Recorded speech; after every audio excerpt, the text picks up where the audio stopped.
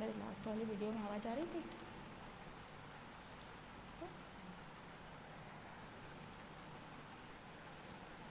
Good afternoon everyone.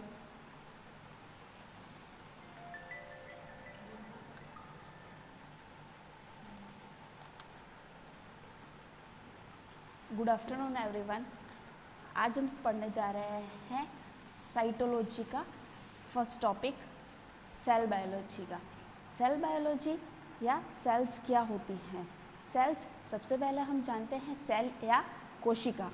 Cell अथवा कोशिकाएं जो होती है वो क्या है? तो कोशिका संरचनात्मक तथा क्रियात्मक इकाइयाँ होती है, मतलब structural and functional unit. Structural and functional unit. Cells क्या हैं? तो सबसे पहले सेल्स या कोशिकाएं क्या है? तो संरचनात्मक व क्रियात्मक इकाई। संरचनात्मक बोले तो यह किसी भी ऑर्गन्स को बनाने का काम करती है, और क्रियात्मक उसके सारे कामों को कार्यों को नियंत्रण करने का, उसके सारे फंक्शंस जो होते हैं उन सभी पर कंट्रोलिंग करने का काम किसके द्वारा किया जाता है? सेल्स के द्वारा किया जाता है। तो ये तो हुई सेल्स। सेल्स क्या है? तो स्ट्रक्चरल एंड फंक्शनल यूनिट कहते हैं जिसे। और सेल्स की स्टडी जो की जाती है, इसी सेल्स की स्टडी को हम क्या कहते हैं? साइटोलॉजी। साइटोलॉजी क्या है? अक्सर क्वेश्चन में पूछा जाता है साइटोलॉजी क्या है। तो cytology it is the study of the cell या कोशिकाओं का अध्ययन करना क्या कहलाता है? साइटोलॉजी कहा जाता है। हम सेल्स के टाइप्स की बात करते हैं तो कोशिकाओं दो प्रकार की होती है, या सेल्स दो प्रकार की सेल्स यहाँ पर पाई जाती है। फर्स्ट होती हैं प्रोकैरियोटिक सेल्स और दूसरी होती है यूकैरियोटिक सेल्स।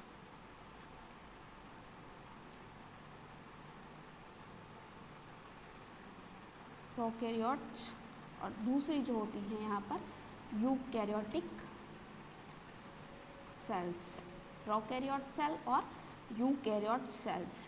प्रोकैरियोट व यूकैरियोटिक सेल्स जो पाई जाती हैं, ये दो प्रकार की सेल्स होती है, और दोनों ही प्रकार की सेल्स की स्टडी को हम डिटेल में पढ़ते हैं। फर्स्ट स्टडी करते हैं हम प्रोकैरियोट सेल्स। प्रोकैरियोट सेल्स जो होती हैं, ये प्रोकैरियोट सेल्स की बात करें तो प्रोकैरियोट्स का मतलब ही क्या होता है? ये दो वर्ड्स से मिलकर बना हुआ शब्द है। एक तो pro plus karyote, karyon.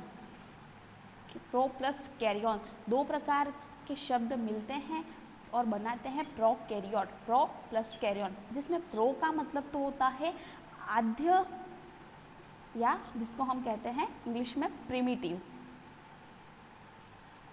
Pro या प्रिमिटिव मतलब आद्य प्रकार का, और आद्य या प्रो टाइप्स जिसको कहते हैं। और कैरियन का मतलब जो होता है वो होता है केंद्रक अथवा न्यूक्लियस। केंद्रक अथवा न्यूक्लियस।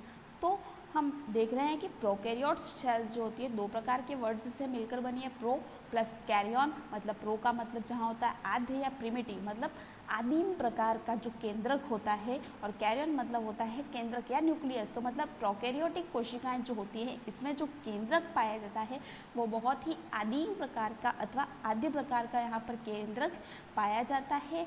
इसमें जो प्रोकैरियोट सेल्स होती है इसमें एक सुस्पष्ट या वेल डेवलप्ड जो न्यूक्लियस होता है, उसमें न्यूक्लियस का क्या होता है?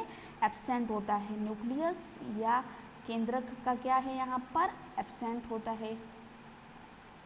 केंद्रक का अभाव होगा या आद्य या प्रिमिटिव प्रकार का होता है। इसी कारण से इसको क्या कहा जाता है? प्रोकैरियोट सेल कहा जाता है, अथवा प्रोकैरियोट कोशिका भी इसे कहा जाता है। अब प्रोकैरियोटिक कोशिकाएं जो होती है इसका बेस्ट एग्जाम्पल की बात करते हैं, तो सबसे पहले इसका बेस्ट एग्जाम्पल देखें हम तो क्या होता है? जो हमने नील हरित शैवाल देखते हैं हम, जिसको कहते हैं ब्लू ग्रीन एल्गी BGA। और दूसरा जो होता है इसमें एग्जाम्पल इसका माइकोप्लाज्मा। माइकोप्लाज्मा, ये दोनों ही इसके बेस्ट एग्जाम्पल्स होते हैं इनकी। जब हमको प्रोकैरियोटिक कोशिकाओं का अध्ययन या स्टडी करनी होती है तो सबसे पहले हम बैक्टीरियल कोशिकाओं का अध्ययन कर सकते हैं और बैक्टीरियल कोशिकाओं का अध्ययन करके ही क्या करते हैं हम प्रोकैरियोटिक कोशिकाओं को आसानी से समझ सकते हैं। और जो प्रोकैरियोटिक कोशिकाएं होती है, इन कोशिकाओं की संरचना के अंतर्गत सारे ही प्रकार के जो कोशिका अंग होते हैं या सेल ऑर्गेनल्स जो होते हैं, वो सारे ही सेल ऑर्गेनल्स यहाँ पर क्या होते हैं, एब्सेंट होते हैं। सारे सेल ऑर्गन्स क्या हैं यहाँ पर, सेल ऑर्गन एब्सेंट होते हैं। एक मेन बात जो याद रखने की कि प्रोकैरियोटिक कोशिकाएं जो होती हैं, इन प्रोकैरियोटिक कोशिका के अंदर सारे ही जो कोशिका अंग होते हैं, ये सारे ही कोशिका अंग क्या होते हैं, अनुपस्थित होते हैं। और इसमें वास्तविक केंद्रक जो होता है, ये वास्तविक केंद्रक क्या होता है, अनुपस्थित होता है। अब हम नेक्स्ट बात करते हैं यहाँ की प्रोकैरियोटिक कोशिकाओं की संरचना या उसके डायग्राम की।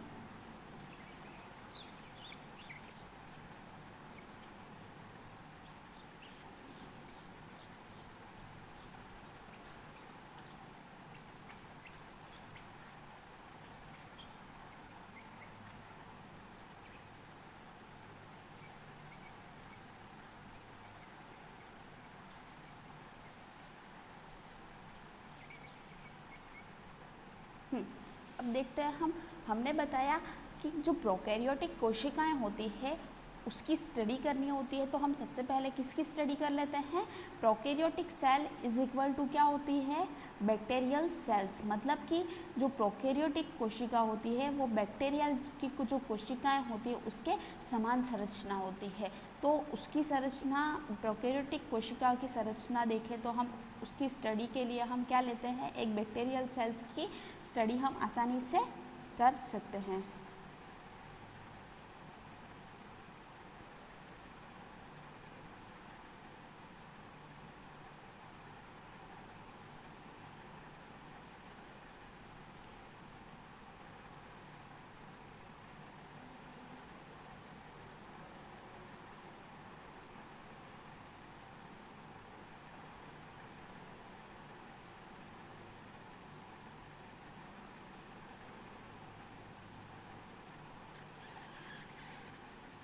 यहाँ पर जो बैक्टीरियल सेल्स होती है या प्रोकैरियोटिक सेल्स जो हम बोलते हैं, इसकी संरचना में एक विशेष प्रकार की संरचनाएं पाई जाती है जिसको कहते हैं मिजोसोम्स। यहाँ पर एक मिजोसोम नाम की एक संरचना पाई जाती है। ये मिजोसोम्स क्या करते हैं, तो जो प्लाज्मा मेम्ब्रेन होती है या जिसको प्लाज्मा झिल्ली हम कहते हैं, जो क्या कार्य करती है, चयनात्मक पारगम्यता या सेमी परमेबिलिटी का काम करती है, जो चयन किए हुए पदार्थों को ही कोशिका के अंदर आने देने का काम करती है। अगर ये जो प्लाज्मा मेम्ब्रेन होती है, यही प्लाज्मा मेम्ब्रेन अगर क्या करे कि जब उसकी संरचना के अंतर्गत कोई अंतर्वलन उत्पन्न हो जाता है, तो अंतर्वलन उत्पन्न होने के कारण एक अंगुलीनुमा प्रवर्त बन जाते हैं। ये एक अंगुलीनुमा जो प्रवर्त बन जाते हैं या गोलाकार जो संरचना बन जाती है, इसी को ही क्या कहा जाता है, मिजोसोम्स कहा जाता है। मिजोसोम्स क्या हैं, क्वेश्चन में अक्सर पूछा जाता है। तो क्वेश्चन में मिजोसोम्स क्या है पूछा जाए तो हम लिख सकते हैं कि जो प्लाज्मा मेम्ब्रेन होती है या प्लाज्मा झिल्ली जो होती है, प्लाज्मा झिल्ली के जब अंतर्वलन हो जाता है या उसमें अंतर्वलन या राउंडिंग हो जाती है, तो राउंडिंग होने के कारण इसकी संरचना जो होती है घुमावदार या अंगुलीनुमा प्रवर्त जाए या फिंगर लाइक स्टेम्स बना लेती है। तो इस फिंगर लाइक स्ट्रक्चर को ही हम क्या कहते हैं, मिजोसोम्स यहाँ पर इन्हें कहा जाता है।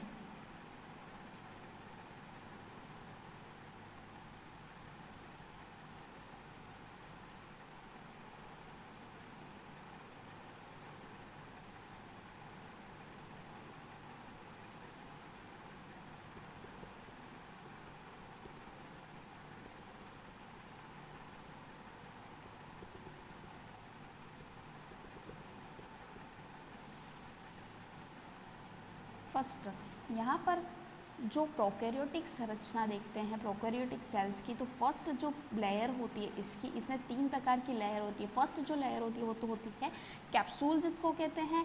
सेकेंड लेयर जो होती है वो क्या कहलाती है, सेल वॉल कहलाती है या कोशिका भित्ति होती है। और तीसरी जो परत होती है वो होती है प्लाज्मा मेम्ब्रेन।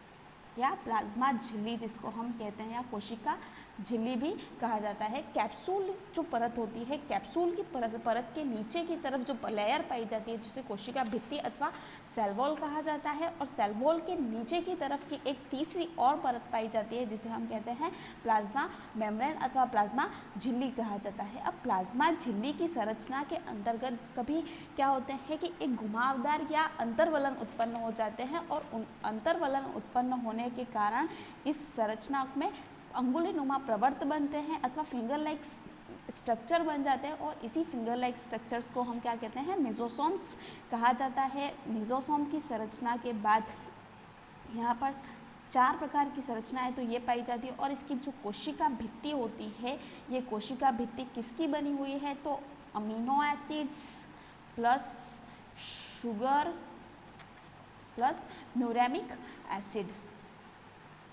न्यूरेमिक एसिड।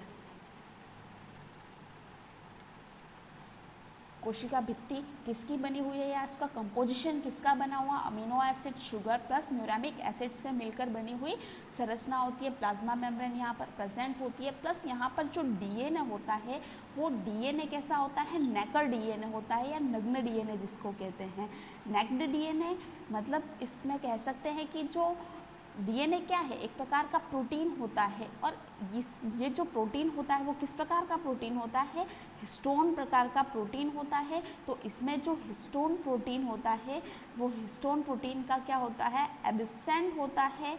तो जो डीएनए पाया जाता है वो डीएनए कैसा हो जाता है, इसी कारण नेक्ड डीएनए या नग्न डीएनए होता है। नग्न डीएनए इसको क्यों कहा जाता है, प्रोकैरियोटिक कोशिका में पाए जाने वाला डीएनए नेक्ड डीएनए क्यों होता है, तो इसकी संरचना के अंतर्गत जो हिस्टोन प्रोटीन्स पाए जाते हैं, इस हिस्टोन प्रोटीन का अभाव होता है अथवा यह एब्सेंट होता है, इसी के कारण इसमें इसे नग्न डीएनए अथवा नेक्ड डीएनए भी इसे कहा जाता है। प्लस इन बैक्टीरियल कोशिकाओं में मूवमेंट के लिए अथवा गति के लिए क्या पाए जाते हैं, इसमें फ्लैजिला पाई जाती है। फ्लैजिला का है तो हम कशाभिकाएँ भी कह सकते हैं। तो इसकी संरचना में जो गति करने का काम होता है या मूवमेंट करने का जो काम होता है, ये मूवमेंट करने का काम किसके द्वारा किया जाता है, फ्लैजिला के द्वारा किया जाता है। ये तो संरचना हो गई प्रोकैरियोटिक कोशिकाओं की। इसका best example blue green algae या नीलहरित शैवाल एंड माइकोप्लाज्मा। माइकोप्लाज्मा, और इसमें जो श्वसन का काम होता है वो प्लाज्मा झिल्ली में उपस्थित जो एंजाइम्स होते हैं, ये एंजाइम्स क्या करते हैं, रेस्पायरेशन या श्वसन से संबंधित कार्य करने का काम करेंगे। कौन काम करेगा, तो प्लाज्मा मेम्ब्रेन के अंदर उपस्थित क्या होते हैं, एंजाइम्स उपस्थित होते हैं, और यही एंजाइम्स यहाँ पर क्या करते हैं, रेस्पायरेशन के का कार्य करते हैं। तो ये तो हो गया प्रोकैरियोटिक सेल्स का स्ट्रक्चर। अब नेक्स्ट स्ट्रक्चर हम देखते हैं यहाँ पर क्या, यूकैरियोटिक कोशिकाओं का। यूकैरियोटिक कोशिकाएं क्या होती है, तो ये जो कोशिकाएं होती है वो कैसी होती हैं, वास्तविक कोशिकाएं, या इसमें जो केंद्रक होता है वो वास्तविक केंद्रक यहाँ पर उपस्थित होता है। True nucleus will be present. Eukaryotes means eu plus karyon, 2 words से मिलकर बना हुआ एक कोशिकाएं होती है, जिसमें यू का मतलब होता है वास्तविक केंद्रक, या कैरियन का मतलब तो केंद्रक या न्यूक्लियस होता है।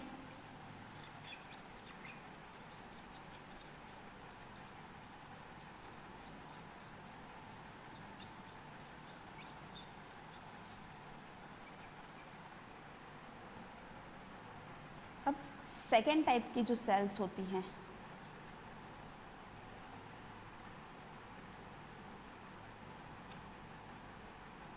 Eukaryotic cells. यूकैरियोटिक सेल्स जो होती हैं वो क्या होती हैं, 2 प्रकार के वर्ड्स से मिलकर बनी है, यू प्लस कैरियन, जिसमें यू का मतलब क्या है, तो यू मतलब होता है वास्तविक या ट्रू, और कैरियन का मतलब क्या है, तो केंद्रक अथवा न्यूक्लियस होता है। तो मतलब इसमें जो केंद्रक पाया जाता है वो वास्तविक केंद्रक या ट्रू न्यूक्लियस होता है, प्लस इसमें सारे ही जितने भी झिल्ली युक्त कोशिकांग होते हैं या सेल ऑर्गन्स जिसको कहते हैं, सेल के अंदर क्या ऑर्गन्स होते हैं, तो जितने भी mitochondria, ribosomes, Golgi bodies, ER, endoplasmic reticulums, ये सारे ही क्या होते हैं, सेल ऑर्गेनल्स या कोशिका अंग होते हैं। ये सारे ही सेल ऑर्गेनल्स यहाँ पे क्या होते हैं, प्रेजेंट होते हैं, और यूकैरियोटिक कोशिकाओं की बात करते हैं हम, तो यूकैरियोटिक कोशिकाएं क्या होती है, यूकैरियोटिक कोशिकाएं दो टाइप्स की होती है, 2 टाइप्स होते हैं इसके। कौन कौन से, एक तो होती है एनिमल सेल्स और दूसरी होती है यहाँ पर प्लांट सेल्स। हम जो बात करेंगे अब यहाँ पर हम बात करेंगे प्लांट सेल्स की बॉटनी के अंदर। तो हम जो स्टडी करने वाले हैं, हम यहाँ पर प्लांट सेल की स्टडी करेंगे।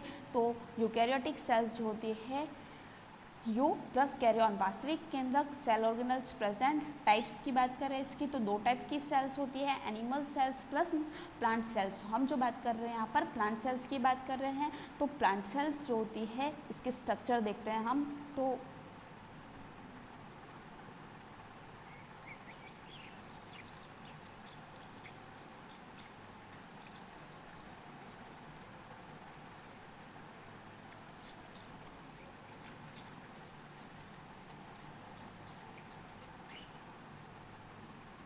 इसके स्ट्रक्चर्स देखते हैं हम।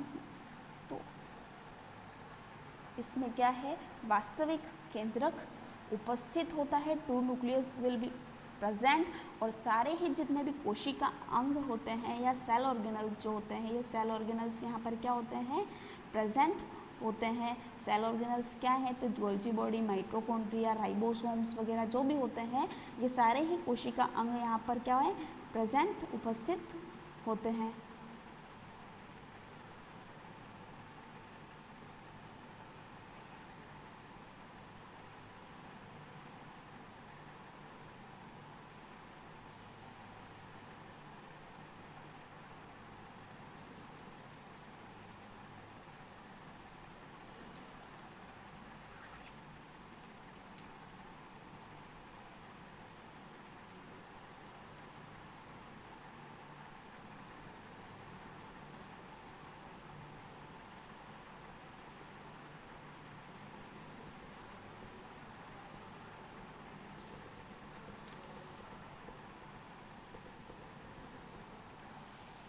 केंद्रक उपस्थित है, तो इसके चारों ओर, केंद्रक के चारों ओर क्या होती है, केंद्रक कला या न्यूक्लियस मेम्ब्रेन कहते हैं, जिससे ये न्यूक्लियस मेम्ब्रेन भी क्या होगी, यहाँ पर प्रेजेंट होगी।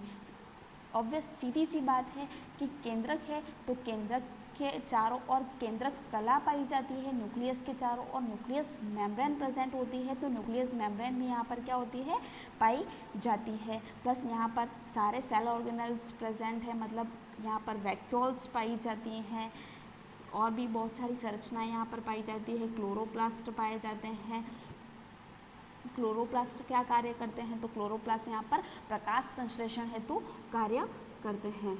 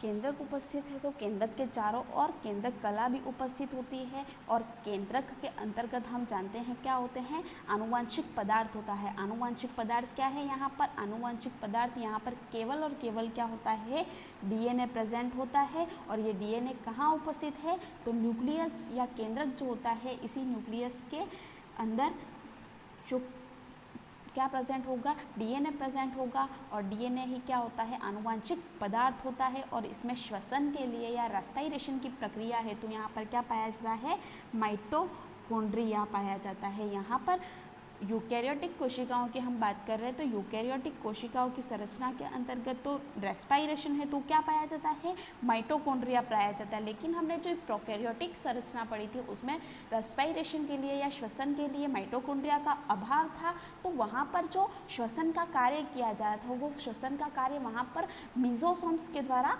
किया जा रहा था।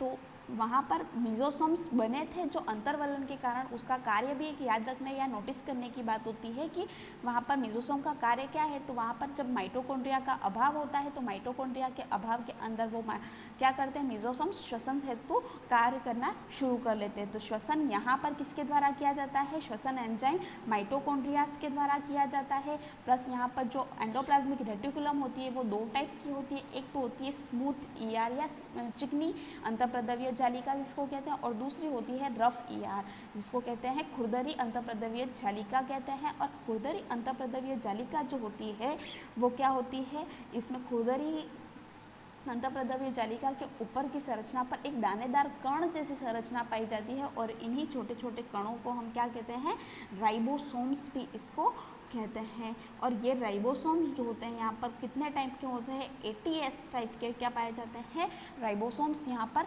प्रेजेंट होते हैं। प्लस सेल वॉल होती है, फर्स्ट जो लेयर होती है वो तो क्या होती है, सेल वॉल होती है। और जो दूसरी संरचना होती है वो यहाँ पर क्या होती है, लास्ट की जो परत होती है वो होती है प्लाज्मा मेम्ब्रेन। अब हमने देखा यहाँ पर कि सेल वॉल जो होती है वो दो लेयर की बनी हुई है, क्या है, दो लेयर की बनी हुई है। इसी के कारण यहाँ पर क्या होता है कि यहाँ पर एक कनेक्शन होता है, प्लाज्मोडेस्मेटा कहते हैं। इस प्रकार के दो खंड पाए जाते हैं और इन खंडों को क्या कहते हैं, तो इन खंडों को कहते हैं प्लाज्मोडेस्मेटा।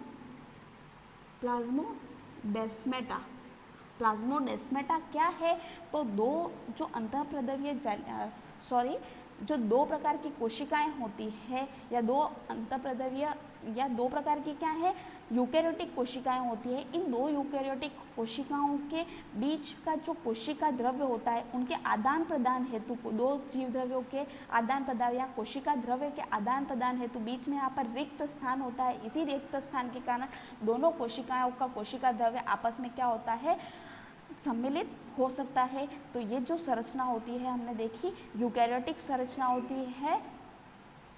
जो राइबोसोम्स जो होते हैं एटीएस टाइप के राइबोसोम्स होते हैं, गोल्जी बॉडीज यहाँ पर प्रेजेंट होती है। तो ये स्ट्रक्चर्स हमने जो देखे वो थे सेल वॉल्स के और सेल्स के टाइप्स देख लिए आज की वीडियो में। नेक्स्ट वीडियो में हम आगे की टाइप्स देखेंगे। Thank you so much.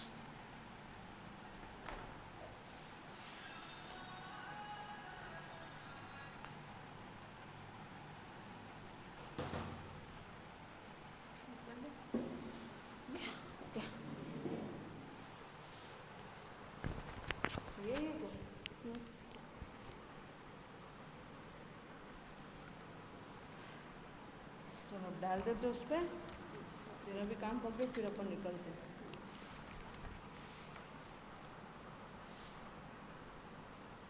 कितने मिनट में वीडियो देखते हैं।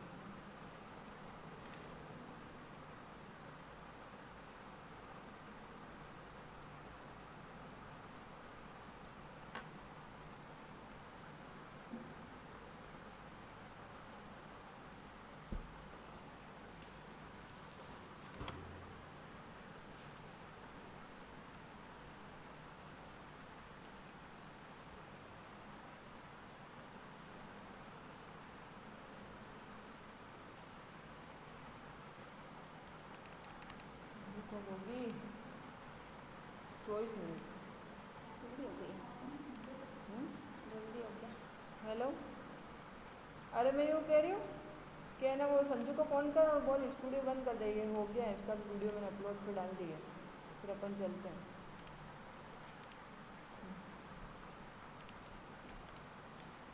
ना मेरे को लिखवा देना कौन सा है, लिखवा देना टॉपिक क्या है। Structure of prokaryote and eukaryotic